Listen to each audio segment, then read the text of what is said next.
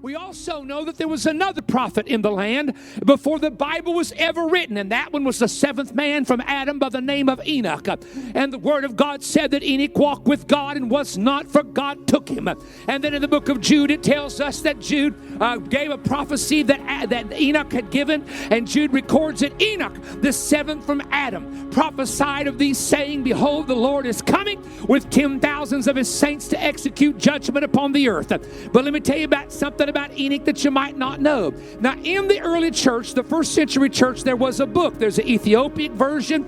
There's a Slavic version. It's called the Book of Enoch. And in the Book of Enoch, and that, by the way, when Jude quotes, the Lord is coming with 10,000s of his saints, that quote comes out of the Book of Enoch. And you can find that translation today. It's been translated into the English language, and match it to the Book of Jude. So that's what Jude is quoting from. But in the early church, that book was known. And here's the story. It gets kind of strange. If you go to the book of Genesis, you'll discover that it says that Enoch was 65 years of age, and at age 65, he began to walk with God. Well, how come he didn't walk with God before that? Because the implication is it started happening when he was 65, and he lived for 300 years.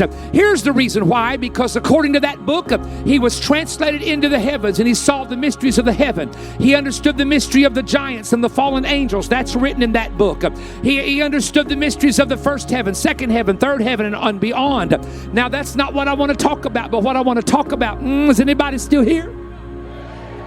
Is I want to talk about this part right here, that Enoch saw something, and whatever Enoch saw when he was 65 years of age shook him up. How do I know? Because the Bible said at age 65, not only did he start walking with God, but he had a boy that he named Methuselah. Methuselah in Hebrew means his death will bring it, and it can mean his death will thrust you into it. What does that mean?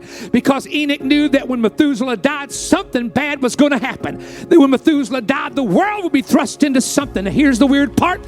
Enoch gets translated at 365 years, goes to heaven. But Methuselah, his son, keeps on living. And Methuselah lives to be 969 years of age, according to the genealogies of the book of Genesis. And at 969 years of age, Enoch finally dies. But you can add it up. I've done it myself. You can do it at home. You go to the book of Genesis, and you can calculate it down to the year that he died. You ready? He died the year that the flood came. Well, you didn't hear me.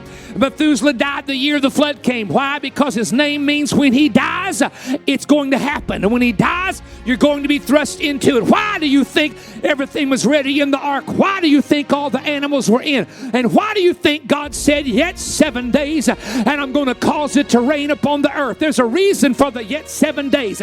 A Jewish mourning for a godly person is 7 days. You are only allowed to mourn 7 days. Now, they mourned 30 days for Moses because he was a prophet, but every other Jewish mourning, even today, is 7 days. I'd like to tell you that Methuselah died when the ark was ready, but God didn't want that man's body floating with all those ungodly people in the flood waters, so he gave Noah and the family 7 days to put him in the grave, 7 days to mourn for him, and then God finally said, now I'm shutting the door. And when Noah got into the boat, God himself shut the door, and the Bible said the flood waters came. Do you understand that when Methuselah died, nothing happened? His death, his name meant for 969 years. When he dies, it's coming, but nobody believed it was coming, because the first day after he was dead, no water came. The second day after he was dead, no water came. The third day after he was dead, no water came. The fourth day after he was dead, no water came. And suddenly everybody started saying, that nutty Noah built a boat for no reason at all. My daddy always said, be careful when you see that man die, because his name means trouble's coming when he's dead. But they didn't understand that God had a 7-day grace period. You didn't hear me? They didn't understand that God had a 7-day grace period. And ladies and gentlemen, when the grace period was up, the door was shut and the flood waters came. You know, everybody's been talking about the Lord's coming. They've been talking about it since I was a kid. And they're just like in the days of Methuselah. Nothing's happened and the boat goes on. Nothing happens and the animals are still gathering around. Nothing's happened because the door's still open. But I got news for you. One of these days, it's going to rain. Hey! One of these days, the old ark of the gospel discipleship is going to come through here one last time. One of these days, the saints of God are going to be caught up to meet him in the air.